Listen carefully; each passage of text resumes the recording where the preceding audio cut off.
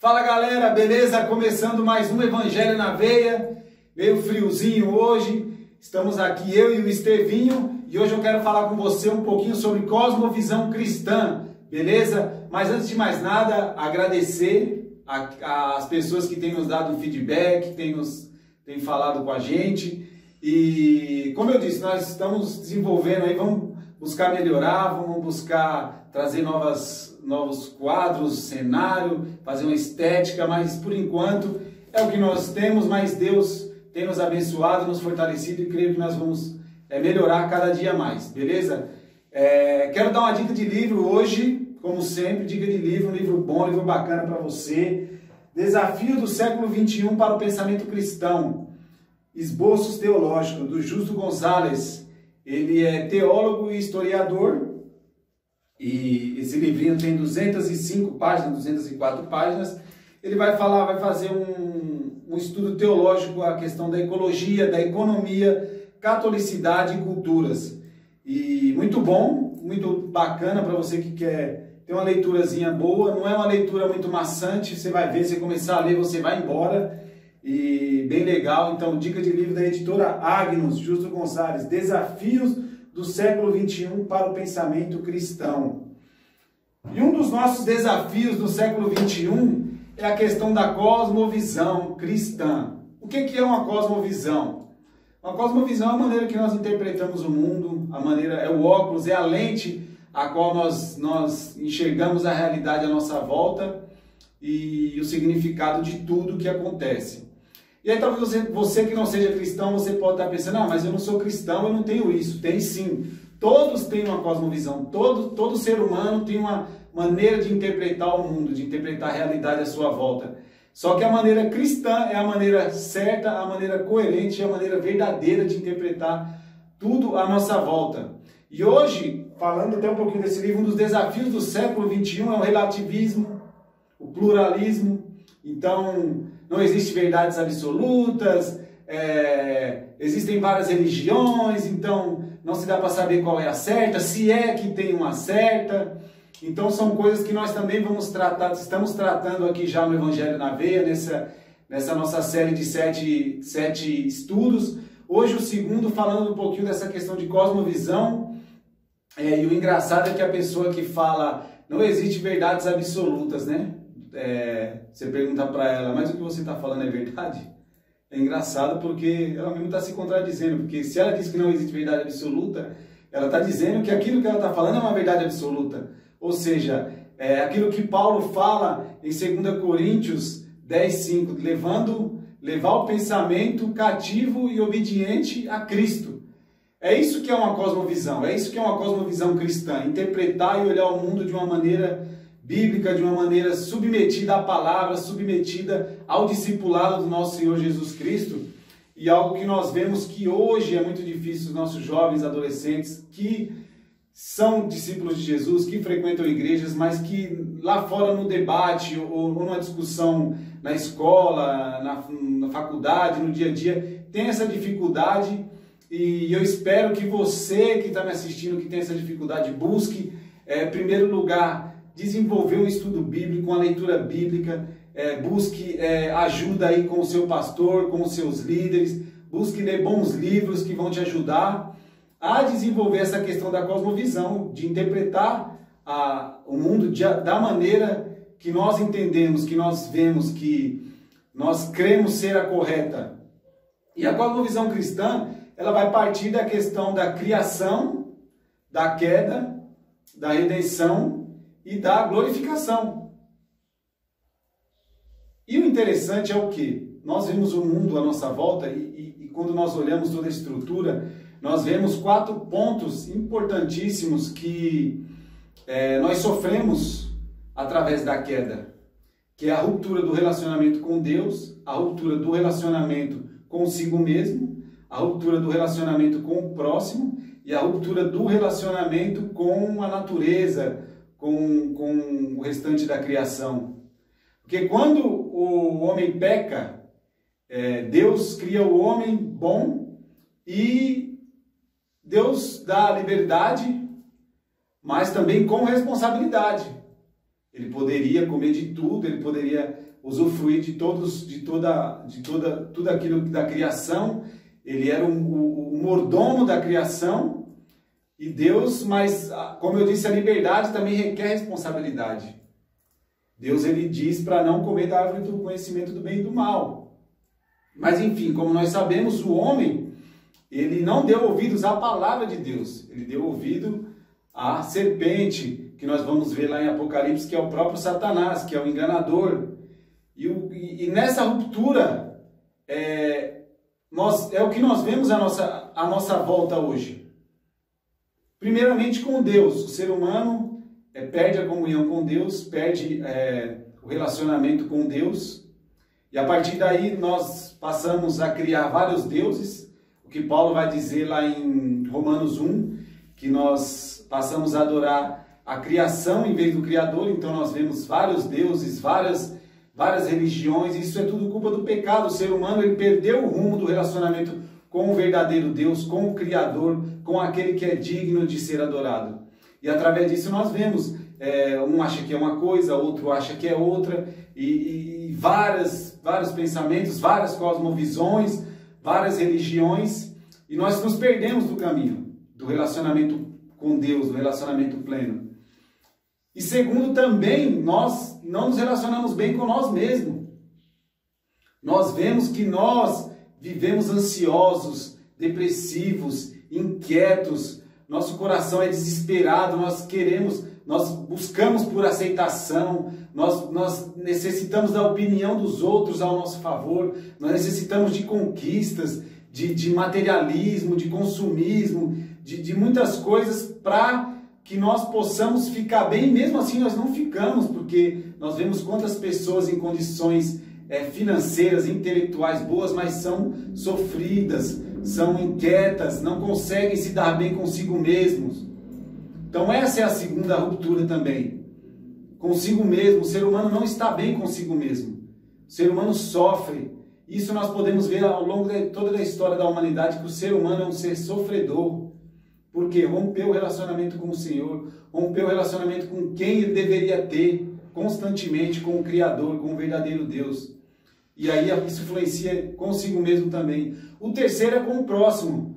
Nós vemos que também as pessoas, nós vivemos, a história da humanidade é guerras, são preconceitos, são opressões e muitas coisas que um ser humano faz com o outro quando não era para ser assim, quando era para termos um relacionamento pleno e verdadeiro. E nós vemos tudo isso, essa questão de, como eu disse, de preconceito, de todas essas situações que nos rodeiam, guerras, morte. A gente não sempre se acha melhor do que o outro, a gente nunca quer ouvir o outro que pensa diferente da gente, e se as coisas não é da minha maneira, a gente quer entrar em pé de guerra com o nosso próximo, quando não deveria ser assim. E a quarta, aliás, a quarta situação, quarta ruptura, é com a natureza. Nós vemos o ser humano usar muito mal os bens naturais que Deus concedeu para o ser humano cuidar, para o ser humano administrar da melhor maneira. Nós vemos isso tudo com poluição, com destruição, desmatamento, toda a esfera do natural, da natureza destruída. Destruímos diariamente isso com muitas coisas, afetando diariamente a natureza, afetando todo o nosso clima, e essa é uma responsabilidade nossa que nós também arcamos. Então nós temos essas quatro rupturas, que é com Deus, e aí desencadeia tudo, desencadeia logo tudo, é com Deus, é conosco, com a gente mesmo, é com o próximo, é com a natureza, e aí nós vivemos nesse caos que nós vivemos. Mas e nós desenvolvemos essa mentalidade cristã através disso tudo, interpretando, levando a mente cativa a Cristo, submetida ao senhorio de Cristo. E estando no discipulado com Cristo, nós temos essa potencialidade de ter uma vida, uma caminhada melhor, desenvolver uma caminhada uma estrutura melhor. Porque em Cristo Jesus nós podemos ter um relacionamento verdadeiro com Deus Pai. Em Cristo Jesus nós podemos nos achegar a Deus. Em Cristo Jesus nós compreendemos a verdadeira adoração ao verdadeiro Deus. Em Cristo Jesus nós reconhecemos quem nós somos, porque quando nós reconhecemos o verdadeiro Deus, quando nós reconhecemos quem nos criou e a quem nós devemos adorar de fato, nós também ficamos melhores conosco mesmo. Em Cristo Jesus nós conseguimos nos aceitar mais. Em Cristo Jesus nós entendemos a verdadeira significado do que é ser humano, do que nós podemos nos aceitar e caminhar. É claro que nós passamos por dificuldades, problemas, e nós vamos passar por isso. Enquanto nós estivermos aqui nesse mundo, nós vamos passar por isso. Mas muita coisa pode ser evitada quando nós temos um relacionamento verdadeiro com Deus. A nossa mente, o nosso coração consegue ficar mais calmo, mais quieto, menos ansioso, entendendo as coisas que estão acontecendo à nossa volta. Nós conseguimos nos relacionar melhor com as pessoas. Nós conseguimos entender que as pessoas ao nosso lado foram criadas à imagem e semelhança de Deus e que nós não devemos tratá-la mal, não devemos fazer mal às pessoas. Devemos buscar um relacionamento verdadeiramente com o nosso próximo, respeitando, buscando entender, principalmente quem pensa diferente da gente. Devemos ter um diálogo, buscar entender e levar, claro, sempre o Evangelho, levando Cristo para quem não conhece ao Senhor ainda. E também a questão de, em Cristo Jesus, nós podemos ver a natureza, nós podemos admirar a natureza da maneira que ela deve ser, nós podemos usufruir daquilo que nós devemos usufruir, mas não de uma maneira devastadora. Nós podemos fazer da maneira certa e cuidar também da natureza que Deus confiou ao ser humano essa tarefa também de cuidar. Então, basicamente, essa é uma cosmovisão cristã. Entender o mundo à nossa volta a partir daquilo que a Bíblia, que a palavra de Deus nos revela, vai nos trazendo. Diariamente nós vamos desenvolvendo essa mentalidade cristã. E aí nós nos capacitamos para onde nós estivermos, para com as pessoas que nós tivermos que pensam diferente, nós podemos ter um pensamento e mostrar a coerência do pensamento cristão. A verdade que há no pensamento cristão, a verdade que há em Cristo Jesus.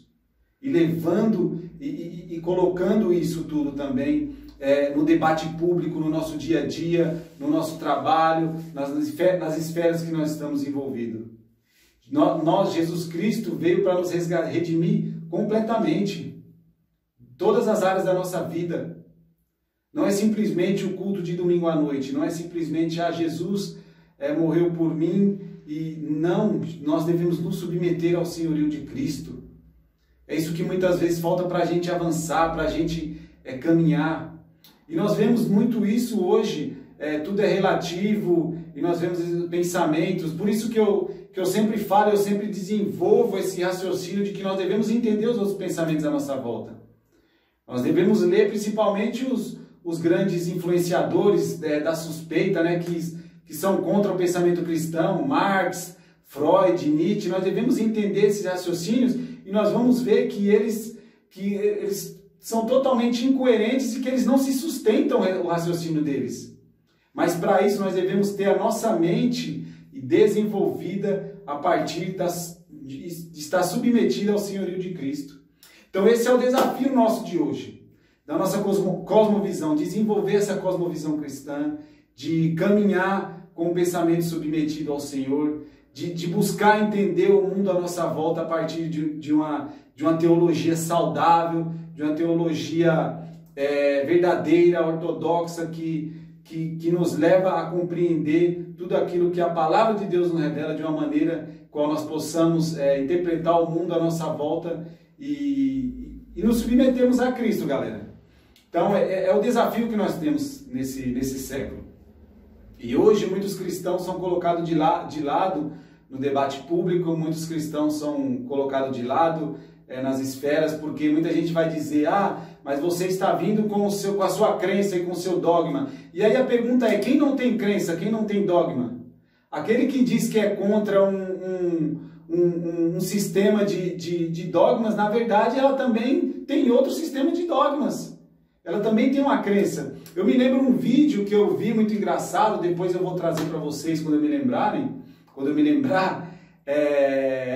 O pessoal estava numa discussão, num debate, e aí, em certo momento, um cético ele disse, olha, eu não sou a favor da crença, eu sou contra a crença desse meu amigo aqui, porque esse negócio de crer em algo superior, isso tudo, isso é para pessoas fracas, isso é para quem não consegue encarar a realidade. A crença são para as pessoas fracas. E aí, beleza, o cara pegou lá, sentou, em certo momento, na plateia lá, foi dado a plateia a oportunidade de fazer perguntas, né? E aí um senhor, lá no fundo da plateia, levanta e pergunta, eu quero perguntar pro rapaz ali que diz que quem tem algum tipo de crença é porque não consegue viver a realidade ou porque é fraco. Eu queria perguntar para ele se realmente ele acredita nisso. Aí o cara que disse isso levantou e falou, claro que sim, eu acredito. Aí a plateia caiu na gargalhada porque ele mesmo está se contradizendo, ele também tem a crença dele. E é isso que nós devemos fazer, destruir todos os argumentos que se levantam contra a palavra de Deus e contra o senhorio de Cristo. A verdade está em Cristo Jesus, a verdade está na palavra de Deus. E nós temos essa verdade para ser espalhada e para ser vivida. Beleza, galera? Eu acabo por aqui. Se você gostou desse conteúdo, se você aprendeu alguma coisa, ou se você achou que eu falei demais também, comenta aí, compartilha, se inscreve, coloca no sininho, esses negócios tudo aí que vocês sabem melhor do que eu não sei muito bem dessas coisas, mas comenta se foi legal, se foi bacana, que Deus abençoe vocês, vamos desenvolver uma cosmovisão cristã sadia, vamos ser referências nas áreas que nós estivermos, quer seja qualquer área, trabalho, escola, onde nós estivermos, nós podemos interpretar com a mentalidade submetida ao senhorio de Cristo, beleza? Que Deus abençoe, fiquem com Deus, até a próxima semana, Evangelho na Veia, galera, espalha para todo mundo aí, e logo mais novidade boa, hein? Deus abençoe, valeu!